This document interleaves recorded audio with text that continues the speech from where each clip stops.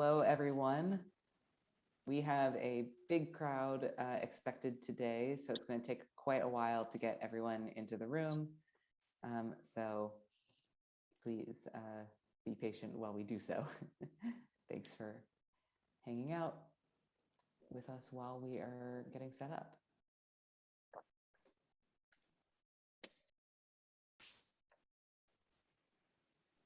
And for those who are just now joining, I will be verbally stalling for another minute or two as we get everyone into the room, since again, we're expecting quite a few guests.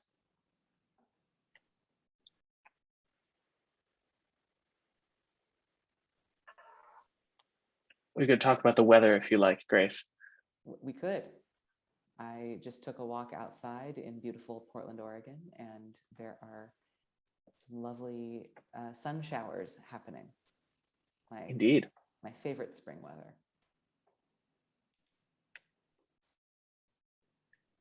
Let's see. Yeah, I was like, what is all this TV static happening in my in my home all of a sudden? You were referring when to in fact it's heavy rain. it wasn't that heavy down here. Let's see, we're at 95. Are we gonna hit 100? I bet we are.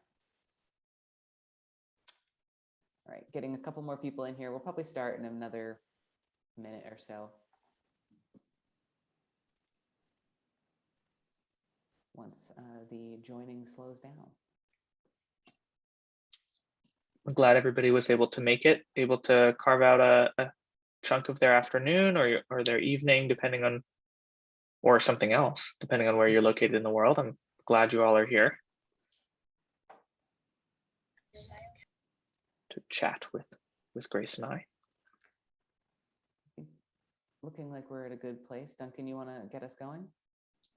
Sure, sounds great. All right. Hello, everybody. Welcome to our writing your personal statement, or our essay writing workshop, however you like to refer to it. My name is Duncan King. I'm one of the admission counselors here at Reed, joined by my colleague, Grace. Would you like to say hi, Grace? Hello, I am the colleague Grace. I'm an admission counselor here at Reed as well. Fantastic. Yeah, and we are super excited to talk to you guys today about the ins and outs of the college essay, a little bit about process, and about our perspective on the whole assignment as well. I'm getting a little bit of echoing going on here, but if you want me to take over while you fix your audio. I'm not sure where it's coming from. It was not happening and then it started happening, so I don't know how to fix it on my end.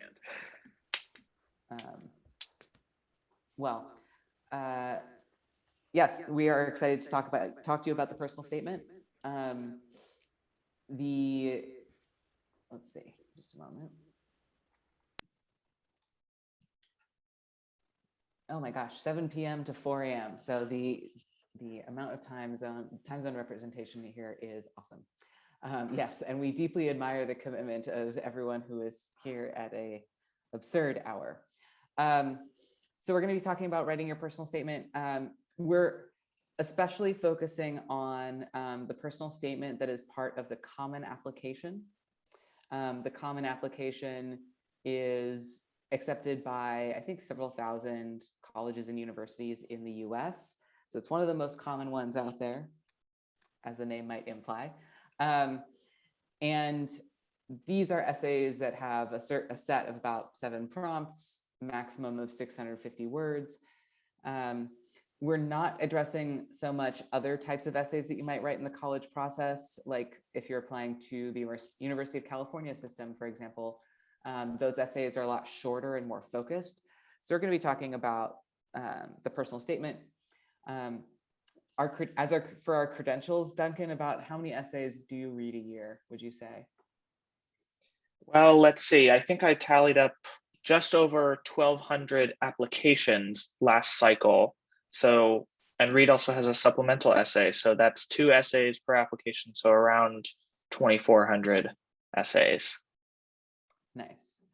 And we say that not just as a flex, but to hopefully convey that we we know what we're talking about. We have formulated our opinions on what makes for a great college essay based on evidence. So Duncan, I'll pass it back to you. Yeah, absolutely. And so we like to get started. We like to dive into the essay and what it is with this quote. Neither analytical nor creative, the personal essay is a combination of both that reveals who the student is. And obviously we're going to dig into this, but I really like this contrast between analytical and creative. Yes, it's a chance for us to see writing skills, but it's also a chance for us to learn about you and these, and what you're interested in, what you choose to write about. And those two things come together to make the essay a really sort of powerful piece of your application. So, wow, it skipped all the way to the end there. Fantastic. I'm on a few technical snafus here. Thanks everybody for your patience. So now that we know what the essay is and how it loosely works in the application, right? It's this piece that allows us to learn lots about you. I wanted to jump straight into thinking about what somebody might write about with an object exercise. So if you haven't already, grab a piece of paper, a pencil, maybe a word processor is fine. This is an exercise that's just for you. We're not going to ask you to share it, not with a partner or anything like that. It's just for you to start coming up with some ideas. So this is how it goes. Imagine you have a box in front of you. And this box represents some essential qualities about who you are. So what objects are you going to put in that box? You might glance around your room and think, oh, there's a water bottle or a picture up on the wall or something that's up on your dresser. Are those things that you would put in the box or represent who you are? That's a good question. So as a couple of examples of what we mean when we're talking about this box and about these sort of essence objects, if you will. The first example we always share is a dog, right? A classic example, your puppy, right? Well, lots of people have puppies, and that's a little bit of a snafu there, right? Because although absolutely your dog is important to you, lots of people have dogs. So how is that dog important to who you are? So we can take it a step further and think about maybe a Halloween costume that your dog wears. And maybe that Halloween costume is one that you have a matching human-sized version of. And so let's say you are all of a sudden telling us this story about how you like to dress up every Halloween with your dog, and it is maybe not something you would usually do, but on Halloween, and because it's with your dog, you like to branch out and have fun with it. And all of a sudden, we started with just this little dog costume, right? But all of a sudden, we are talking about who you are, we're talking about your creativity, we're talking about a concrete story, so on and so forth. Another example that I like to share is a camera. That's my personal example, is a camera, right? I have a camera that I traveled around with a lot when I was a little bit younger, and so it has a lot of stories attached to it. But it can also represent, my creativity, my propensity for exploring the world and exploring life and things like that. And so I love to use my camera as an example because it shares both a story about me and some of my values. And Grace, you have a great example as well. Would you like to share? I even have it with me. So if I were to pick an essence object, an object that represents me, I would pick my carabiner, this little guy. These are like those clippy things you can buy at hardware stores. The fancy ones you can use for rock climbing. But it's a very simple object. It's very boring looking. It doesn't look special. But I've had the same carabiner for 10 years. I got it in college when I was working in theater. And I got the keys to all of these theaters. And then later I have way more keys. I'm one of those people who jingles when they walks. Then I have way more keys than a normal person should. And so this carabiner and these keys, again, allow me to access some great stories about my life, allow me to talk about how I've changed over time. And it also, represents some things that are really important to me, like being trustworthy, people, giving me their keys. So even though it's a simple item that anyone could buy, mine is special because of the memories and qualities and sort of values that it's attached to for me. So my carabiner is an essence object. Absolutely. I love that example. And so to help you all start generating some ideas, get the juices flowing, we're going to take a couple minutes, just a couple, and I've got some questions that I'm going to read off to help, again, get those juices flowing. So number one, what is an object that you use or you touch every single day? What is the best gift that you've ever been given? What is something that you had to save up for? What is something that is in your bag or on your desk that you think is not in anybody else's bag or not on anybody else's desk right now? What is something you are absolutely packing to take to college with you? How about something that reminds you of your family, either an individual or the whole group?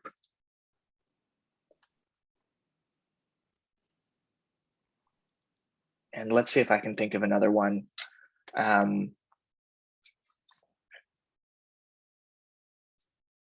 Let's see. I've gone through my list and I'm trying to generate another one on the spot, which is not, usually my forte.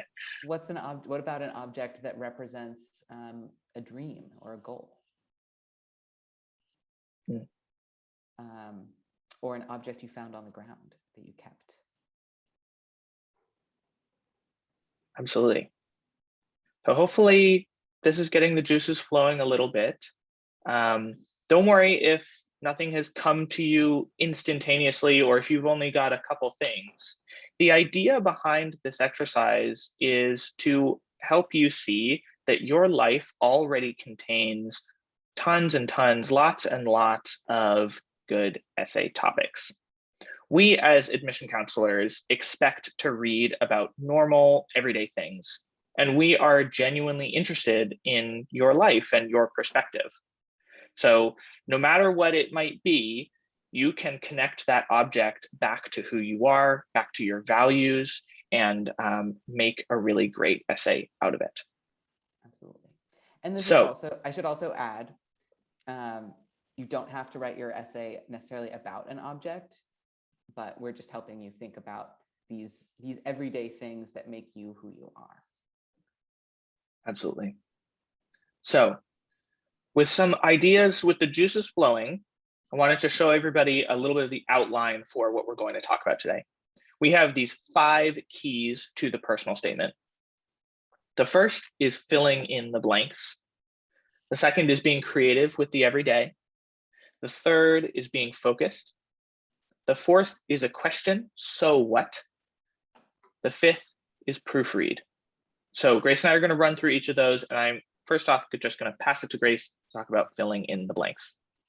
And while I'm doing that, filling in the blanks, so to speak, Duncan, if you might maybe post the prompts in chat for some folks who might have missed them for the objects. Great. Okay, so filling in the blanks. First, don't write a resume. So one thing that you might not know about the application is that when you're filling out the common application or the coalition application, it all comes through in one long PDF document.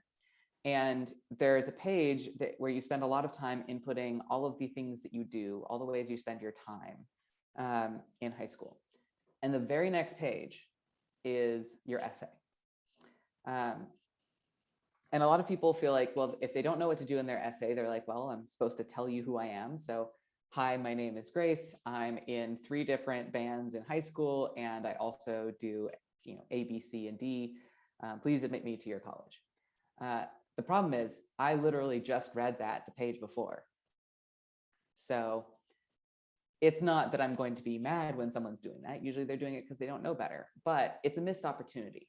So this essay is a chance for you to tell us something that we wouldn't learn anywhere else in your application. Something that is not represented in your activities list or your grades, or maybe even your letters of recommendation from your teacher. Not that you'll know what those will say, but tell us something that is totally new, because then you are adding something new for us to learn about you instead of repeating something that we saw before. Makes sense, right? Now, that doesn't mean don't write about an activity, don't write about something you do. I read lots of great essays where students are telling me about something, one of the ways they spend their time. But if you're going to do that, make sure it's new and it's deeper, and it's telling us like why you love doing that thing, what it means to you. And remember that this is one of the kind of last things in the application that you control. The grades that you got for the first 3 years of high school are probably entered by now. The first impressions that you made on your teachers that are writing you your letters of recommendation, those impressions are already made.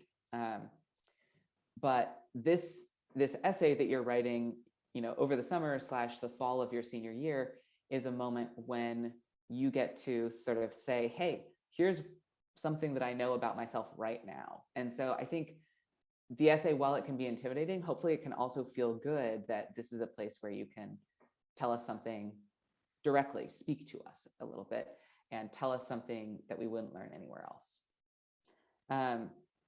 So we have a few examples of excerpts from essays. There are a few weaker examples. Those are all ones that we made up, so we're not putting anyone on blast.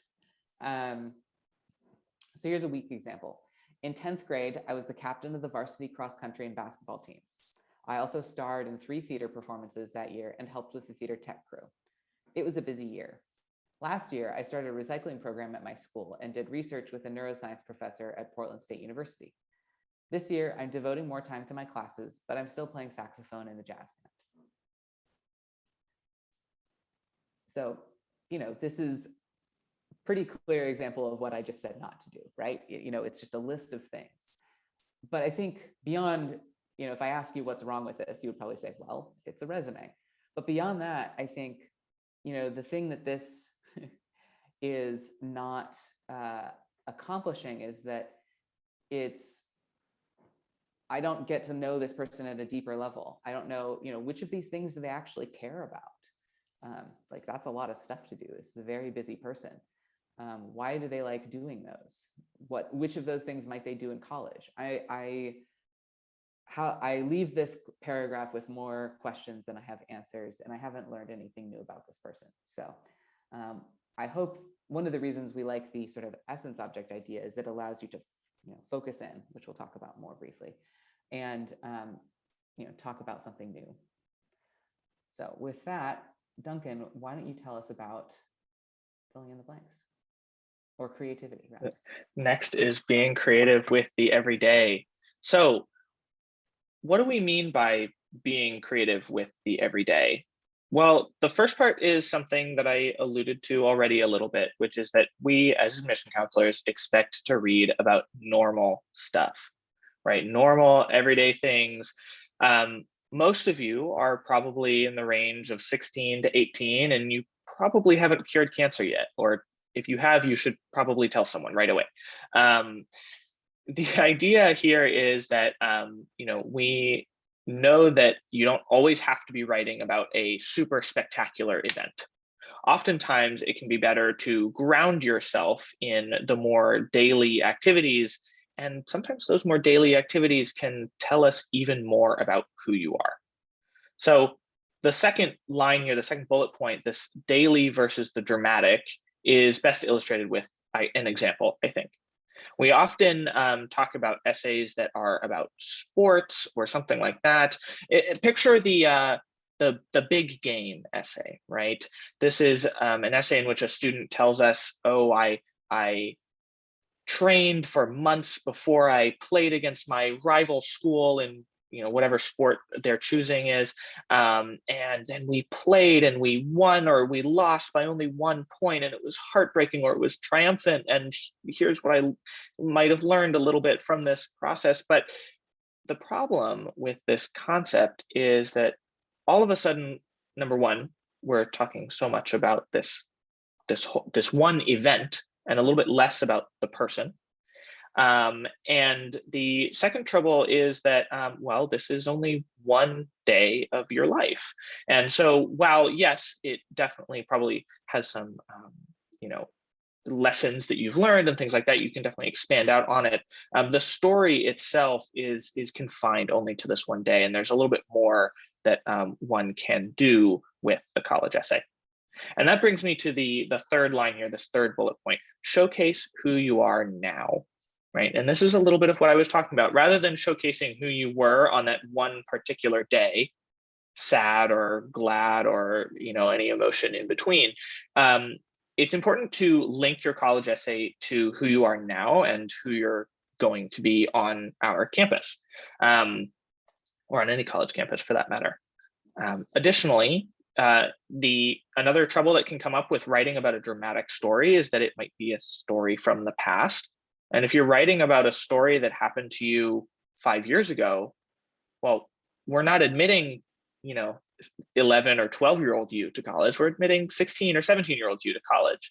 And so it's important to, again, at least make sure that you're connecting back to who you are now, right? I want to be a little bit clear here. It's okay to write about a story that maybe happened to you in the past, but you want to make sure that you're including your present perspective and speaking a little bit, again, to who you are now. So again, much like Grace, I have an example here, and this is another sort of weaker example. The summer after my junior year, I went to Panama with my church youth group to volunteer. We worked every day building homes, playing with the children of the village, and developing an irrigation system. I thought I was going there to help people, but really I was the one who was helped the most.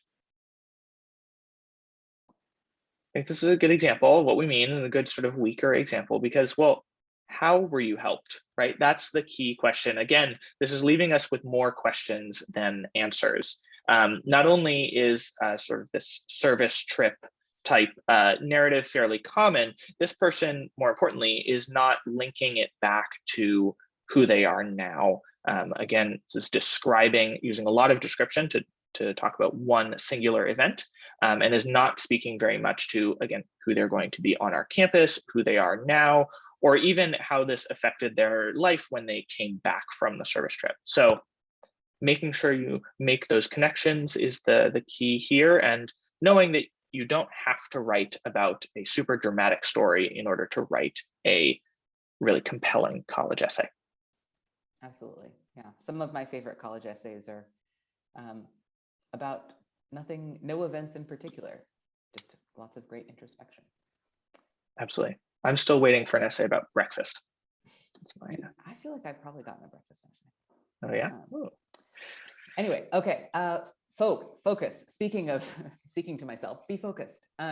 So I think one thing that can be daunting is feeling like, man, I only have 650 words to try to convey myself to a college. And that can tempt you to be like, well, I've got to cram it all in there, right? All of the things I know about myself. But the problem is your essay is being read by human beings, generally pretty quickly. And we're not very good at remembering long lists of things. If I open the door to my room and I gave you 30 seconds to look at my room, the whole thing, there's a lot of junk in there. And then I closed the door and I was like, what do you remember? You'd be like, there was a bed and a bunch of crap on the top of the dresser, and I don't remember anything else, right? It's overwhelming. But if you were looking through one of those like old-timey keyholes into my room and just focusing on all the piles of stuff on top of the dresser, you'd probably be like, wow, there's a really weird collection of patches. I wonder what those are all about. There was one that looked like it was like the Canadian flag, and then there was some pride stuff, and like, what are they? You'd get to focus in on that. And 30 seconds of looking at just that one thing, you probably remember a lot more of what you saw. You'd remember details. And so I think the essay, if you want to think of it as looking through a keyhole, it can be really useful to anchor your essay on one specific thing that can then represent a larger lesson. That's why we like the essence object exercise, because, you know, I'm talking about this carabiner, but really I'm also using it to tell a story about myself or to tell you about my values. So going narrow, going deep on one thing will actually be much better for you than trying to cover too much ground. Because it's a lot easier to remember the avocado kid than the avocado choir ice skating kid. There's too many things. I couldn't even think of that many things in my brain. Finally, be concise. There is a hard cutoff of 650 words. If you write 655 and you in a word processing and then you copy it over into the common application box, you will lose those last 5 words. They will be gone forever. We won't get to read them. So definitely stay under the word limit. You don't need an essay title at all. I've never found one to be particularly helpful. So save yourself 5 words there. And really what that'll force you to do is think about what's the important stuff to include here. You know, do I really need to spend this whole paragraph setting up the story, or is it maybe more exciting to just drop the reader right into the middle of it? So being concise, being focused, and going deep can both make your essay a better read and make it more memorable. And being memorable is really important. You know, Duncan was saying earlier, he read over 1,000 applications last year. I probably did too, if you count all the parts of the process. And so in colleges like Reed, you have an admission counselor whose whole job is to read all of the applications and then go up in front of their peers and say, all right, everybody, this is Hannah. Hannah's from such and such high school, and this is why we should admit them. They're so cool. They work at Chipotle. They wrote a hilarious essay about learning to make the best guacamole, let's just say. Hannah, I'm picking on you because I can see your face. Hope you don't mind. If you work at Chipotle, well, I promise I haven't been looking you up or anything. And it's, so you want to be that person where your admission counselor sees your name and remembers who you are. And so that focused, specific essay really helps. This is our first strong example. And this is from a real essay that was written by a student who was admitted to Reed. I wear overalls to school, dark wash denim, baggy pant legs, and 2 straps over my shoulders fastened tight by 2 copper buttons. I don't wear them for farming, painting, or railroad construction, but for the pure and sweet pleasure of wearing trousers that are held up by my shoulders. It's not an everyday thing, but when I wear them, I feel invincible. So obviously all these essays from real people are much better than the ones we made up. But I think, you know, I love this essay because immediately I know I'm going to be reading an essay about this person's overalls, right? But I also know they're not going to spend 650 words just describing their overalls. They are going to use their overalls to tell me more about like who they are, and maybe they're going to tell me a story. But I'm intrigued. Like, ooh, you feel invincible. What does that mean? What do you do when you're wearing your overalls? Like, it just gets me excited to read more, not because I'm confused, but because I feel like this person has posed some questions that they're going to then answer.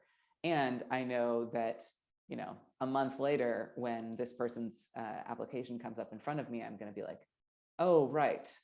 You know, Margot wrote this awesome overalls essay, and she is so cool. Let me tell you why.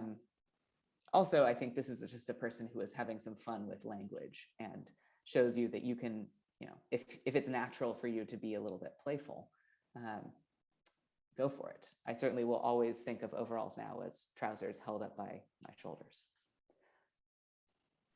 But I was talking a little bit about you don't want to read 650 words just describing a pair of overalls. And Duncan's going to talk a little bit more about how to move beyond description and make your essay meaningful. Absolutely. Nice transition. So what? So what is it's a tool that we use fairly often in our office when we're sharing facts about read with people. And I would encourage you all to think of this question as a tool for yourselves as well. It's something that you can be asking yourself as you're drafting your essays to think a little bit about why you're telling the story and to get to the heart of the essay, that first bullet point there. So as Grace was touching on, there's all these ways to write these hugely beautiful descriptive essays that might not cut to the chase, right? They might have all this fluff at the beginning. They might not actually connect to who you are at the end of the day. So it's important to tell us why this topic is important. And that's really why, that's the sentence that I want to stick in your heads while we're on this slide here. Tell us why this topic is important, both because it's, well, obviously the core idea of what I'm explaining, but also because I think that literally that piece of advice can be quite helpful.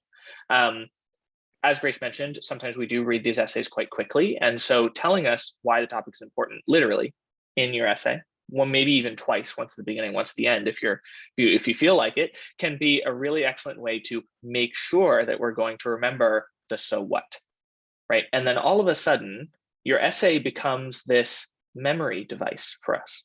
When I go up in front of the class, or sorry, not the class, my colleagues, and I'm thinking, hey, everybody, this is Margot. I think, oh, Margot's the overall kid. And then I think, oh, Margot feels invincible when she's wearing overalls. And all of a sudden, I have this very tangible value to share with my colleagues about who Margot is going to be on our campus. And it makes our job of advocating for you that much easier. So moving beyond a description alone is often how to get at the so what. There are a lot of stories in your life, and even there are a lot of objects that you might have come up with earlier today that you could describe for days, right? You guys are talented writers, I'm sure, so you could describe your water bottle for days.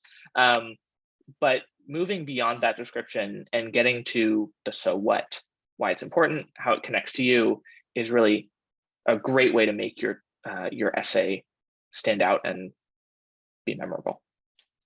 So likewise, I have a strong example here. I love this one.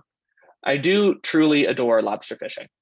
My love for it extends past the obvious, past the fact that I make money, past the fact that I get to work outside in the beautiful summer weather. It extends far beyond the free lobsters, even past the blossoming friendships that I have with my colorful coworkers. I owe it a vast debt of gratitude. Lobster fishing opened my eyes to hard work and determination, and in doing so allowed me to flourish substantially in high school. Now, the reason why I love this example so much is not just because it has a fun topic, but because it has a very concrete so what, and we can see how it could have gone in the other direction. So there's a lot of detail here that is not included. I don't know what the boat looked like. I don't know the name of the boat. I don't even know where this person was lobster fishing. I assume it's somewhere in the Atlantic. I have no idea. I don't need to know. These details could have been included, but they might have gotten in the way of the so what. That so what comes at the end. It's opening their eyes to hard work and determination, and it allowed them to flourish substantially in high school. Right. And so now when I am presenting this application to my colleagues, I can say this student, who maybe we'll call Harold, Harold is a hardworking and determined person, and they know how to apply those skills and those qualities to their schoolwork. Right. And that makes it very easy for me to picture who Harold is going to be at Reed. So. So what? And Duncan, if I can break in briefly, because I have strong feelings and thoughts about so what. The other thing I think a so what can do is really help you think about, if you're talking about something that might be a topic that lots of people talk about. For example, I used to read applications from students from the state of Washington. Y'all love hiking. I'm not a hiker, but Uh, insects exist, I'm not into it. But I read a lot of hiking essays, but in the best situations, I could read 2 totally different hiking essays because the students would have totally different reasons that they love hiking. For some students, it's a way, they are very environmentally motivated. For some students, it's all about the physical challenge, about proving to themselves they can do it. For some, it's about independence. For others, it's about community and doing it with other people. And so figuring out not just what do I want to tell someone about, but why is it important is really key, and allows you to stand out, even if you're talking about something that's fairly common as a topic. The other example I like to talk about is there's lots of advice out there for college essays. It's like, don't talk about your grandma, or something like that. I don't know. That was a big piece of college advice when I was applying 10 years ago. But I've read some of my favorite essays have been about people's grandmothers. In the case that they don't spend 650 words talking about how cool their grandma is, because I'm not going to make your grandma to read. But they talk about how cool their grandma is and how that has influenced them or changed them or led them to act differently in the world. And then I'm like, your grandma's awesome and you've gotten her best traits. That's really cool. So that so what can really elevate any topic that you choose to write about. Duncan, thank you for allowing me the soapbox. No, absolutely. I think that's a crucial piece of nuance. I think there is constantly this advice out here, oh, you have to write about something distinctive. You have to write about something unique in order to stand out. But in fact, those essays are not the essays that stand out, but rather the essays that, so clearly show a student's perspective and their values and those sorts of things. But in any case, we're on our soapbox a little bit too much. Grace, next up, is going to talk a little bit about proofreading. Yeah. So you think you don't need to be told. Of course, you should proofread, blah, blah, blah. That's why we have spell check. But let me tell you, spell check will not always catch your theirs, and theirs. Spell check will, auto-correct you when you use a proper noun. So please do proofread. Spelling does count, and that doesn't mean that if you have a spelling mistake or a grammar mistake in your essay, you're not going to get admitted to college. I am sure if we look back through all the students who are coming to read, more than a few of them have a typo here or there. We get it, typos happen. But if you think about when you're reading a newspaper article or something like that, and you see a typo, for that moment, your brain is thinking about, oh, there's a typo, right? So it's distracting. And when I'm reading your essay, you don't want me thinking about a mistake that you made. You want me thinking about what you're actually trying to tell me. So just look over your whole application, not both the essay itself and like the activities list, the class list, because you don't want me thinking like, haha, they spelled calculus, calculus, because then I'm thinking about a mistake you made instead of like, oh, wow, it's so cool that you took calculus last year. So watch out for your spelling. The thesaurus is not your friend. Do people still watch Friends, the TV show these days? Is that retro now? I don't know. Anyway, there's a Friends episode where Joey gets a hold of a thesaurus and he tells everyone he's trying to say he has a big heart, but he ends up saying he has an enlarged cardiac muscle, which is not the same thing. That's an emergency room situation. So, use words that you already know how to use. Use words that are in your everyday. The essay is your chance to be basically like in the room talking to us. And, it's always a little awkward when someone uses a word that's not quite right. And in the essay, you're not trying to impress us by how many fancy words you know necessarily. You're trying to help us understand a little bit more about what you're like. So I wouldn't take any sort of new vocabulary risks in your essay. Now, if you love to play with language, if you are a big reader and have a giant vocabulary and like to use fun words, you can do that. I probably did that a little bit in my essay. But just use words that you already know. Those words are good enough, I promise you. If you think back to that lobster essay, those are all perfectly fine words. but it was still really compelling because of the way the student used it. Reading aloud is a great technique to catch mistakes and also sort of hear the flow, hear how things sound. It might make you feel cringy. I know it always does for me, but that's growth, baby. So reading aloud is a great way to sort of check your essay. And make sure that it's organized. You know, if you write it all in one setting, I am the kind of person who I tend to write my essay all at once, and by the end, I will start and I won't know the point I'm trying to make, and then by the end, I've figured out my point. That only works if I then go back to the beginning and edit it so that there's the same point all the way through. Otherwise, I, as the reader, will have a confusing experience being like, they started talking about this, but they ended talking about that.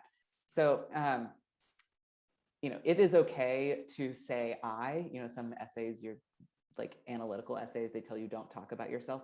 This is a personal statement. You can talk about yourself. You can say something like, I learned, you know, from this job, I learned hard work and determination. When I wear these overalls, I feel invincible. It's, you know, I think sometimes people feel like the most creative writing way to do things is to wait until the end for the big reveal. But when you've got counselors like us reading these things pretty quickly, if I have to go back to the top to read it again, that slows me down. I'd prefer to, you know, it is perfectly fine to give me kind of a preview of what you're going to talk about at the top, and have transitions between each idea. As for sort of, if you feel like maybe grammar and spelling aren't your strong suit, or even if you feel like you're really great at them, no person is such a good writer that they can't use an editor. And in fact, I would say for myself, even if you think you're a really good writer, that probably means you do need an editor. So someone who can bring you back to earth a little bit. So I do recommend having a couple other people read your essay. That doesn't mean 12 other people, because the problem is they'll start rewriting it to make it sound like how they would write that essay. And then we're not hearing your voice anymore. But maybe a teacher or a parent, maybe a really good friend. I had one of my best friends read my college essay, and they were able to be like, I see why you wrote that, but it like sounds kind of weird if someone doesn't know you, you know? Oh, and there's some great advice in the chat, putting it in text to speech to listen to it, having someone else read it to you who hasn't read it before, so you can hear how it reads with advance notice. See, you guys should be teaching this seminar. This is great. Thank you, chat. It definitely always does sound different coming from someone else. But yeah, proofreading, making sure that the structure, the format, the spelling aren't distracting from your actual meaning and what you're trying to tell us. The final thing I would say is if you do compose it in like a Google Doc or a Word doc or something like that, and then copy paste it over into the Common Application box, which I do think is a good idea, because, you know, auto-saving is nice. If you do copy paste it over, like do proofread that. Sometimes it'll like delete the paragraph breaks. And if you've just got an essay that's one big wall of text, let me tell you, those are so hard to read. So make it easy for us. That makes it better for you as an applicant. Give us some nice paragraph breaks. Make sure that everything looks and feels super nice before you hit submit on that thing. I think that's, oh, we do have an example. Reed is my dream school. As a small university, or a college, located in the Pacific Northwest, capitalized, Reed has everything I could ever want in a college. The psych programs, psychology, you can spell it out, emphasis on neuro, again, spell it out, is perfect for me. I'm engrossed in my AP Psyche course. I also love hiking and skiing. I know id contribute a lot in the classroom. I'm used to speaking up because my current high school uses the Harkness method. Reed is a place where I could metamorphose into a true intellectual. So, you know, this one's just for fun. I think you get the idea, but make sure that form and function are aligned and do some proofreading. Okay. I think we have, 5-10 minutes to take any final questions that you might have. So we've got our eyes on chat. Absolutely. One final note that some of our colleagues from other schools sometimes share at the end of these presentations is be confident. We are in this job because we like it, and because we like meeting you, and because we like reading your essays, because we're excited to learn about the everyday parts of your life. And so please be confident in the fact that your perspective matters and your perspective is exciting to us. And I hope to read all of your essays in the fall. I hope all over 100 of you that are in this Zoom call all apply to read, and I get to read all of your essays. So we have a couple great questions. I want to start with Anna's. Writing about mental health and time in a residential treatment facility. So my thought on that is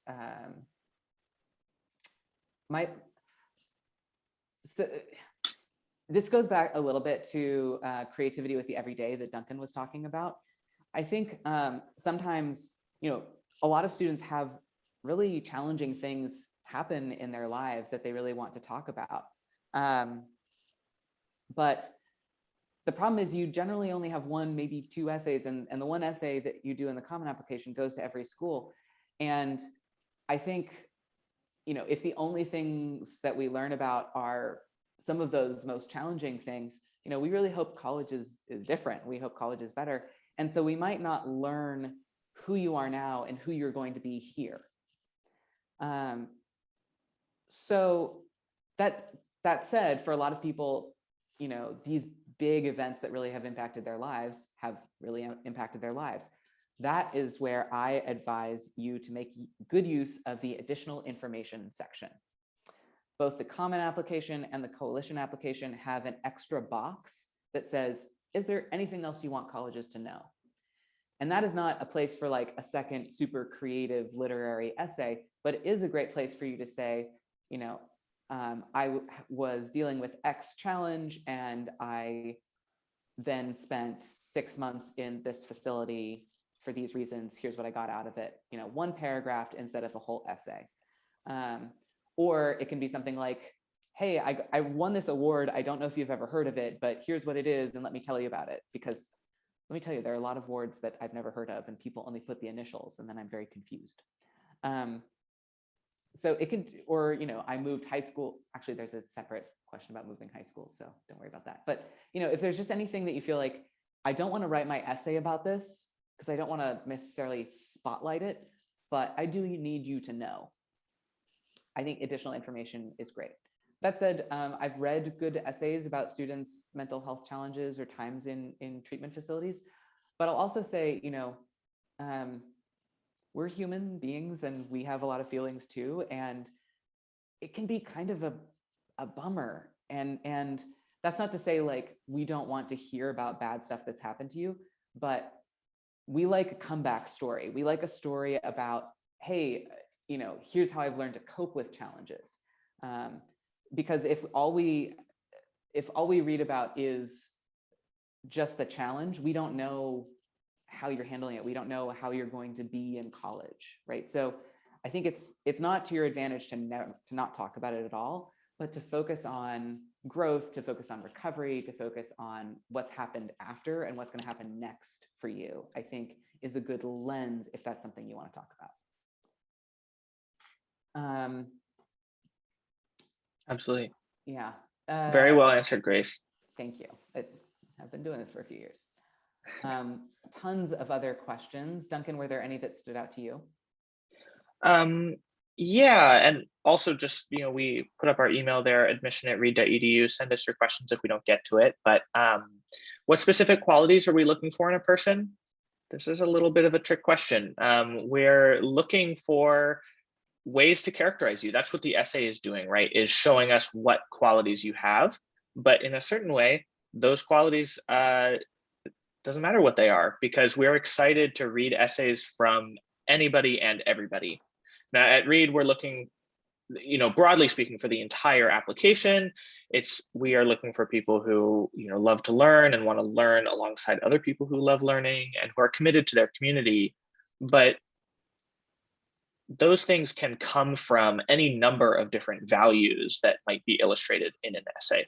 So I think there are a ton of different routes that you can go, and I don't think you should worry about displaying a particular quality, because you should be yourself in the essay. Absolutely. There are a couple of good questions about process.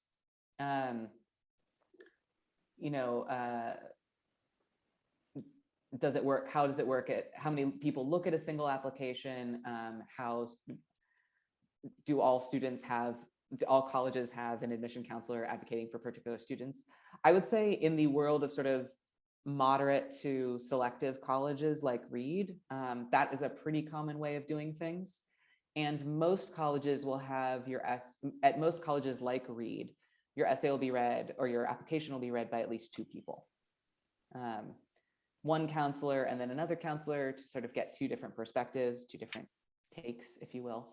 And then it might go in front of a committee of even more counselors. And when we have that bigger group, not all of them will read the whole thing, but they'll look at different parts that we kind of want to highlight. I posted in chat the common application prompts. You'll see that they're pretty broad. And there's also one that's topic of your choice, which feel free to use. Let's see. I got questions about a couple of questions I'm going to condense. Is it good to write about political viewpoints if they're an important part of your life, and gender and sexual identity? And not to say that those are the same thing, but I want to use both of them to talk about a couple things. First, you don't know who is reading your application. So I think it can be, I've read effective essays where students are talking about their own motivation. And in fact, one thing I often sort of tell students is think about what matters to you. And a political orientation can be part of that, part of your view of the world. But I think colleges are also want to make sure that on their campus, they have people who can generally be in a diverse community, be around people who have different ideas and experiences from them. So you want to be careful that you're not displaying so much passion that it's not also clear that you could, be able to navigate a really diverse campus community. And with regards to gender and sexuality, I'll also say, I think, as a member of certain communities, I am really excited to see students, figuring themselves out and who they are. I also think you want to think about, is this a story that how do I want to say this? A lot of those essays have a kind of similar narrative arc. I was really confused, it was really hard, and then I figured it out, and maybe you've started to do something different, or maybe you haven't been able to because you're not out yet, I don't know.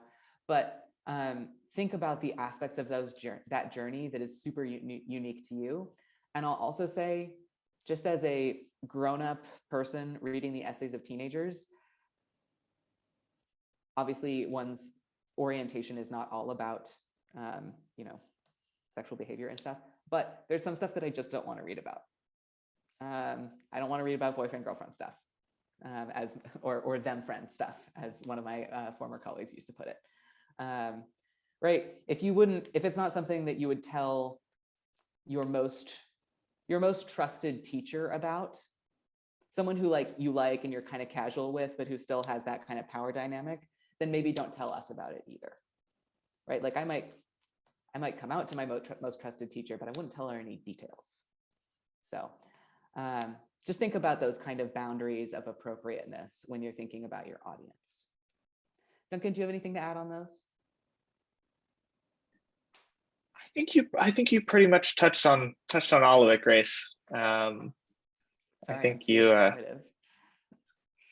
No, I just mean you stole all my bullet points. You stole all my answers for that question. I did get one other question that I like, but I can ask it to you. How does Sure. humor land in essays? What are your opinions on humor? Excellent question. Humor, in my opinion, falls into the category of voice in these essays. If your whole essay, if your whole shtick is going to be humorous, then absolutely, it's a creative choice that you're making, and if it serves your very particular goal, then that can be really great. But if you're not used to writing that way, then it does have the potential to fall flat. Or if it's only part of the essay, right? Maybe there's a joke at the very beginning, but then the rest of it is very serious. That might be sort of odd. So to sum that up, essentially, I think humor can be fine if that's a very specific choice that you want to go with, but you do, I think, have to put a little bit of thought behind it and make sure that you are still, again, connecting back to yourself, telling us why this topic is important and all of that. Make sure to speak in your own voice, right? You don't need to stretch yourself into something you're not for the Common App essay. Super. We're getting a bunch of questions about the Paideia essay. So I did want to address that. A lot of colleges have supplemental essays. So you write the main common application essay that goes to every school. Definitely make that one general. Every year we get a few that are like, and that's why I want to go to Stanford, which, fine. Lots of people want to go to Stanford. I'm not mad, but it's just one of those distractions. But a lot of colleges will also have an essay that will say, it might be, why do you want to go to our college? It might be slightly more creative. Ours is called the Paideia essay, where we ask you about a read tradition where students teach classes to each other. And also feel free to head out. I know we're getting close to time if you need to. But in the Paideia essay, we ask, if you were going to teach a class to the people around you, what would you teach and why?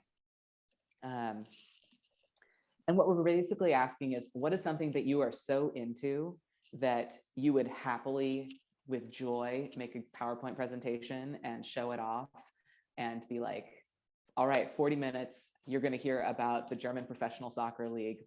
Strap in. I love this so much, and I want to tell you all about it. Personal example. So the Paideia essay, I think, it's a little bit different in that you're answering a much more direct question.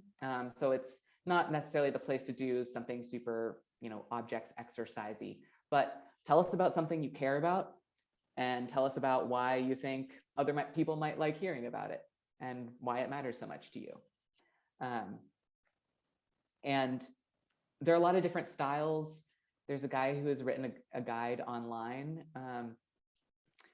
The problem is now everyone's essay looks the same because they follow his guide. So you don't, I've read some creative Paideia essays where people do the curriculum style like he advocates, but I think what's less important is thinking about like, oh, how exactly would I teach this class? I would assign these textbooks or whatever. But what is something that you care about? Why do you care about it? And why do you think other people might enjoy learning about it? That's what we really want to learn. So just answer the question. I'm also getting a bunch of questions about recordings.